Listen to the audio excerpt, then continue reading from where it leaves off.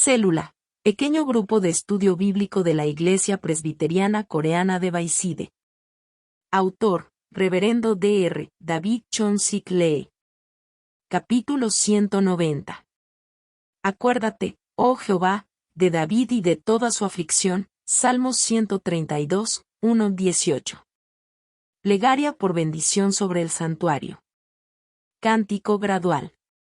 Acuérdate, oh Jehová, de David, y de toda su aflicción, de como juró a Jehová, y prometió al fuerte de Jacob: no entraré en la morada de mi casa, ni subiré sobre el lecho de mi estrado, no daré sueño a mis ojos, ni a mis párpados adormecimiento, hasta que halle lugar para Jehová, morada para el fuerte de Jacob. He aquí en Efrata lo oímos, lo hallamos en los campos del bosque. Entraremos en su tabernáculo, nos postraremos ante el estrado de sus pies. Levántate, oh Jehová, al lugar de tu reposo, tú y el arca de tu poder.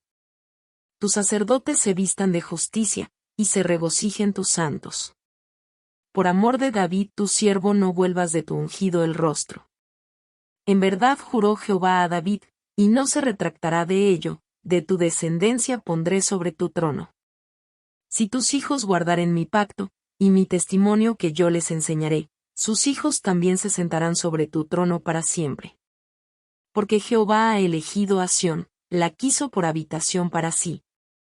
Este es para siempre el lugar de mi reposo, aquí habitaré, porque la he querido. Bendeciré abundantemente su provisión, a sus pobres saciaré de pan. Asimismo vestiré de salvación a sus sacerdotes, y sus santos darán voces de júbilo. Allí haré retoñar el poder de David, he dispuesto lámpara a mi ungido. A sus enemigos vestiré de confusión, mas sobre él florecerá su corona. Amén. El autor del Salmo, en el texto de hoy, pide a Dios, acerca de qué aspecto de David se acuerde. ¿Por qué pidió de esa forma? ¿Y cuál es la enseñanza que esto le da a usted? Los eruditos de la Biblia asumen que el pasaje de hoy se escribió en los tiempos del rey Salomón y no en el tiempo del exilio en Babilonia. La razón de esto es porque menciona al sucesor de David, pero en el tiempo posterior al exilio en Babilonia no había un rey ungido como rey de Israel. Por esta razón, se alega que los antecedentes de este salmo están en los tiempos del rey Salomón, el sucesor del rey David. En el texto de hoy, el autor del salmo dice que se acuerde de toda la aflicción de David. Aquí se menciona aflicción, pero más que aflicción, se refiere al corazón de David hacia Dios, un corazón humilde y agradecido de un pastor que se convirtió en rey a través de las manos de Dios. Por esta razón, David deseaba con fervor traer el arca de Dios a Jerusalén, puesto que el arca es el lugar donde Dios hace su presencia y las palabras de Dios también se hacen presentes. En otras palabras, David deseaba que Dios siempre estuviera con él. El arca de Dios se perdió en los tiempos del rey Saúl, anduvo por todos lados sin rumbo, hasta que estuvo descuidada en la casa del sacerdote Abinadab por 20 años, en un lugar muy profundo en el bosque. El pasaje dice que el arca de Dios se encontró en los campos del bosque. David estaba buscando el arca de Dios y la encontró en la casa de Abinadab, y quiso traerla montada en un carro. Aparentemente, se había olvidado de que el arca de Dios debía transportarse cargada en el hombro de los sacerdotes. Pensando humanamente que transportarla en un vagón fabuloso era lo más precioso, lo hizo en un vagón movido por bueyes, pero estos tropezaron y el sacerdote Usa la sostuvo para que no se cayera, lo que provocó la muerte del sacerdote Usa. Entonces, David, atemorizado de Dios, la llevó a la casa de Obed-edom.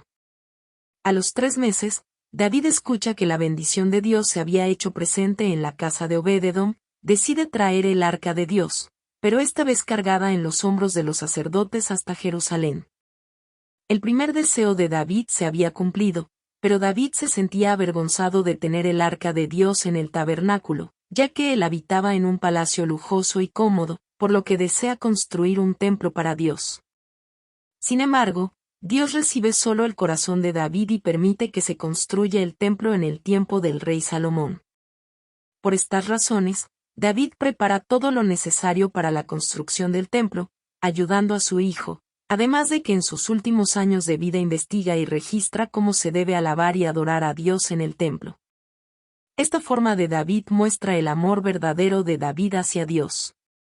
Especialmente, David estaba interesado en los himnos a Dios, por lo que el día que trajeron el arca desde la casa de Obed-edom organizó un gran coro. Después que se terminara de construir el templo, planificó organizar un coro compuesto de 4,000 miembros, en los cuales creó 24 divisiones para que el elogio a Dios nunca parara. En otras palabras, había formado 24 coros dirigidos por el rey Salomón. Así como planificó David, después que el templo se construyera, la adoración a Dios se llevó a cabo de esta forma. Al observar esto podemos darnos cuenta de que David era un rey, pero dedicó la mayor parte de su tiempo a glorificar a Dios.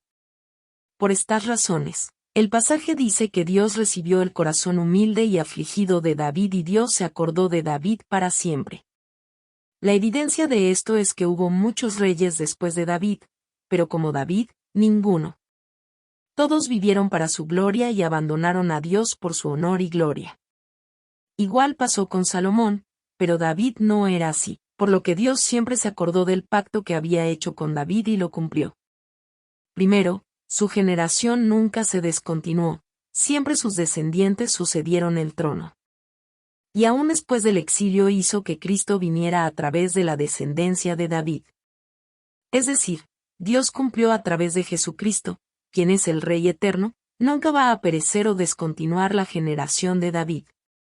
Esto nos recuerda que la fe de nuestros padres tiene una gran influencia, porque por David, sus hijos no perecieron, no se destruyeron y vivieron en una gracia de Dios continua. Por tanto, nosotros también, por nuestros hijos, debemos continuar viviendo nuestras vidas con más fe en Dios. El reverendo Charles Swindoll escribió en su libro esta historia. Una persona que estaba de viaje se encontró de repente con un desastre natural y su familia perdió el camino. Entre su preocupación se recordó que cerca vivía un amigo de su padre, por lo que decidió contactarlo. Y el amigo de su padre, siendo ya muy de noche, los recibió con amabilidad y dijo estas palabras: «Yo he recibido tanta gracia de tu padre es un buen hombre».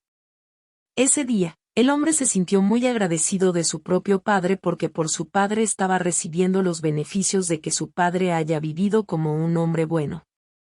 Amados hermanos, nosotros también vivamos bien con fe en Dios para que hasta nuestros hijos se beneficien de nuestra fe en Dios.